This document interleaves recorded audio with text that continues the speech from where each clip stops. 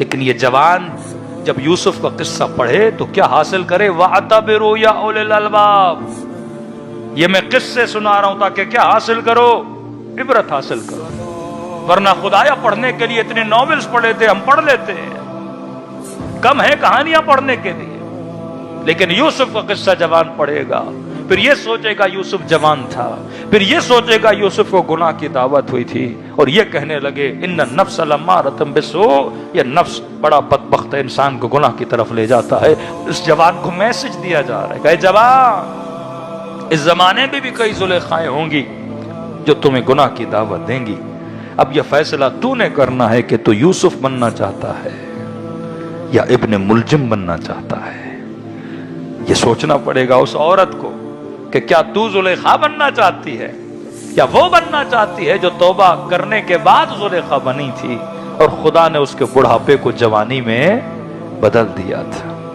پڑھو واقع حضرت ابراہیم اور سوچو آج تو کہاں کھڑا ہے، کیا نمرودوں کے صفوں میں کھڑا ہے یا جناب ابراہیم کی طرح ایک مجاہد سرباز خدا بن کے وقت کے نمرود کے سامنے میں کھڑا ہے۔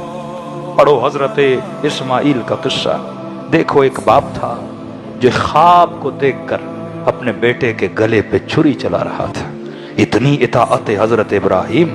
دیکھو ایک ہاجرہ تھی جو اللہ کی اطاعت کے لیے ایسی زمین پہ چلی گئیں جہاں پہ بارش نہیں، جہاں پہ فصلیں نہیں، لیکن جب صبر کیا تو خدا نے ہاجرہ کو شاعر اللہ بنا دیا۔ آج امت کا ہر فرد جاتا ہے اور یاد ہاجرہ میں دوڑتا ہوا رہتا ہے۔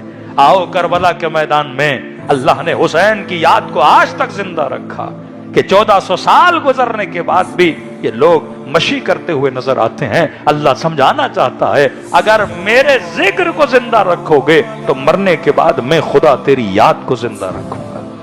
اگر دلوں کو میری محبت سے بھرو گے میں لوگوں کے دلوں کے پیالوں کو تیری محبت سے بھر دوں گا۔ تو میرا ذکر کر میں تیرا ذکر کروں گا، تو میری یاد کر میں تیری یاد کو زندہ رکھوں گا، تو میرے نام کو بلند کر میں خدا تیرے نام کو بلند کروں گا۔ اے عباس تو میری راہ میں بازو کٹا میں ہر شیعہ کے گھر کے علم پہ تیرے پنجے کا نشان رکھ دوں گا۔ یہ یاد خدا ہے اگر یاد عباس ہے، اگر یاد حسین ہی یاد پروردگار عالم ہے تو ذکر کو ہسٹری نہ بنایا کرو۔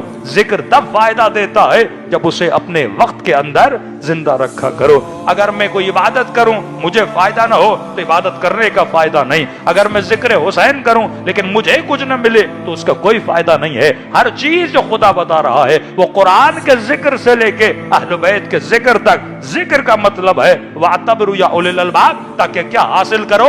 عبرت حاصل کرو۔ جب تک ہم تاریخ سے، قرآن سے، ان واقعات سے، ان عزاداریوں سے عبرت حاصل نہیں کریں گے تب تک ہم ایک زندہ قوم نہیں کہلائیں گے۔ یاد حسین بھی زندہ ہے اور فکر حسینی بھی زندہ ہونی چاہیے۔ صلوات پڑھے محمد و آل محمد۔